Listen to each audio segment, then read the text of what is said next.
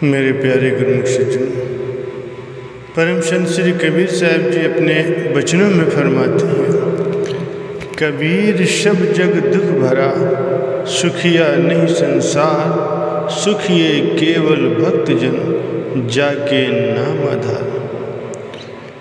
संतों ने इस संसार की हालत का अच्छी तरह से परीक्षण किया और परिणाम में पाया कि संसार भर में सुखी तो कोई विरला ही होगा, सारा संसार ही दुखी है। क्यों दुखी है?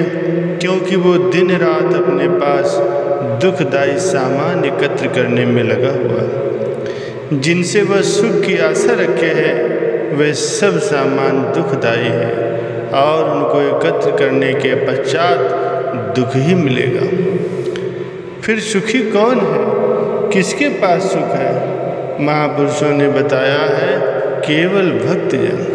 वे भक्तजन जिनके पास नाम की दौलत है, मालिक के सच्चे नाम की वस्तु है, इसीलिए वे संसार में सुखी हैं। सज्जनों, आप दिल में विचार करो कि क्या प्रत्येक प्राणी के दिल में ये ख्वाहिश नहीं है कि मैं सुखी रहूं या मेरा जीवन सुख से व्यतीत हो जाए। लेकिन देखना यह है कि जो प्रेमी इस बात के अभिलाषी हैं कि मैं सुखी रहूं, तो क्या वे सुख का सामान एकत्र कर रहे हैं? जिस वस्तु में सुख मिलता है, क्या उसके लिए प्रयत्नशील हैं? देखने में आता है कि वे इसके विपरीत कार्य कर रहे हैं, इसीलिए दुखी हैं। इसकी अपेक्षा गुरुमुख जन जिनको महापुरुषों की संगत मिल गई है, उन्होंने ये विचार और ज्ञान प्राप्त कर लिया है कि बाहरी वस्तुओं में, माया के पदार्थों में सुख नहीं है। सुख है केवल मालिक की भक्ति में, मालिक के नाम में। केवल गुरुमुख जन ही भक्ति प्राप्त करने के लिए प्रयत्नशील रहते हैं।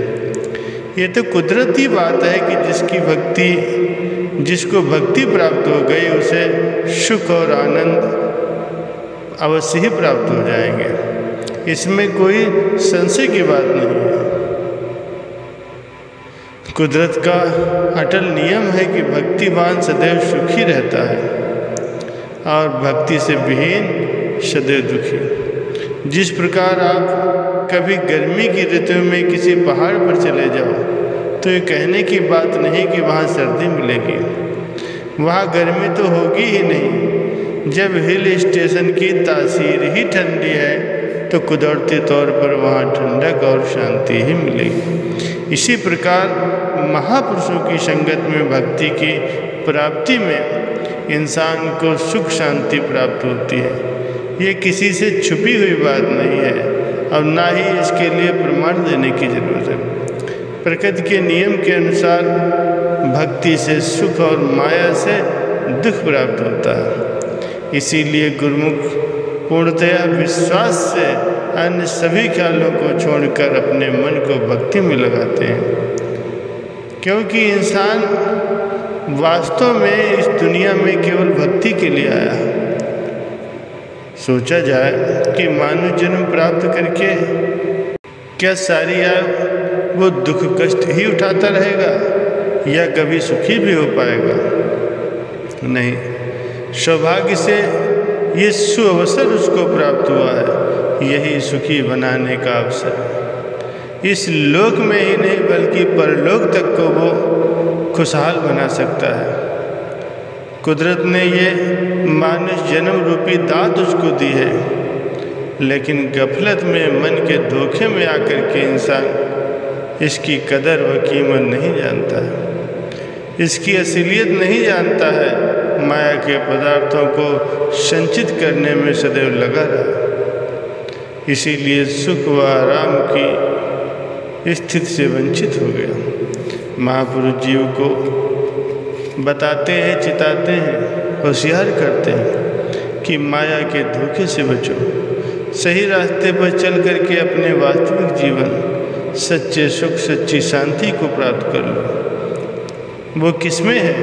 वो केवल मालिक की भक्ति में। जो केवल महापुरुषों की संगत में उनके बताए गए नियमों के अनुसार उनके उपदेशों पर आचरण करने से जीवन में प्राप्त होती है, जो कि आप सभी गुरुमुखों को बड़ी सरलता से प्राप्त हो रही है। परमार्थ में जो अपना जीवन ऐसा बनाते हैं वे सुख शांति प्राप्त कर मानव जन्म के लक्ष्य को पूर्ण कर लेते हैं। प्यारे सज्जनों, ये जन्म अल्प समय के लिए हम सभी को कुदरत की ओर से मिला है।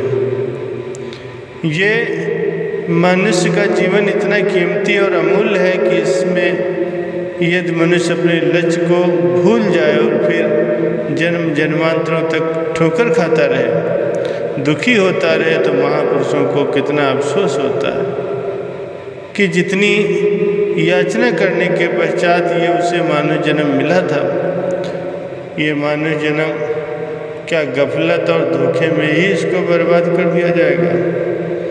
इसीलिए महापुरुष बार बार जीव को चेतावनी देते हैं कि ये गुरुमुखों होशियार हो जाओ, समझ जाओ, ये अवसर पुनः बार बार हाथ आने वाला नहीं है। ये मानव जन्म अब दोबारा नहीं मिलेगा। ये समझे कि दोबारा मिल जाएगा या किसी यत्न अथवा पुरुषार्थ से प्राप्त हो जाएगा, तो ये फिर तुम्हारे बस की बात नहीं है। मानुष जन्म दुर्लभ है, होत न बारंबार, जो बन फल पाका भूई गिरे, बहुर न लागे डर। जैसे पेड़ पर पका हुआ फल नीचे गिर जाता है तो वो फल उसमें जुड़ नहीं सकता, इसी तरह मानुष जन्म भी एक बार अगर हाथ से निकल गया तो ये दोबारा फिर मिलने का नहीं है। वो कितनी ही लाभदायक और कीमती चीज़ हुई, फिर उसकी तरफ ध्यान न देकर के कभी साधारण प्राणी भी अपना ख्याल नहीं रख पाते, गफलत में समय व्यतीत कर देते हैं। वे समझते हैं कि अभी खाने पीने व आराम करने का समय, फिर जो होगा देखा जाएगा। एक एक श्वास का जबकि कोई भरोसा नहीं। क्या भरोसा इस देह का, बिनस जाए छिन्माय, बिना भजन भगवान के, काल कर्म भरमाए।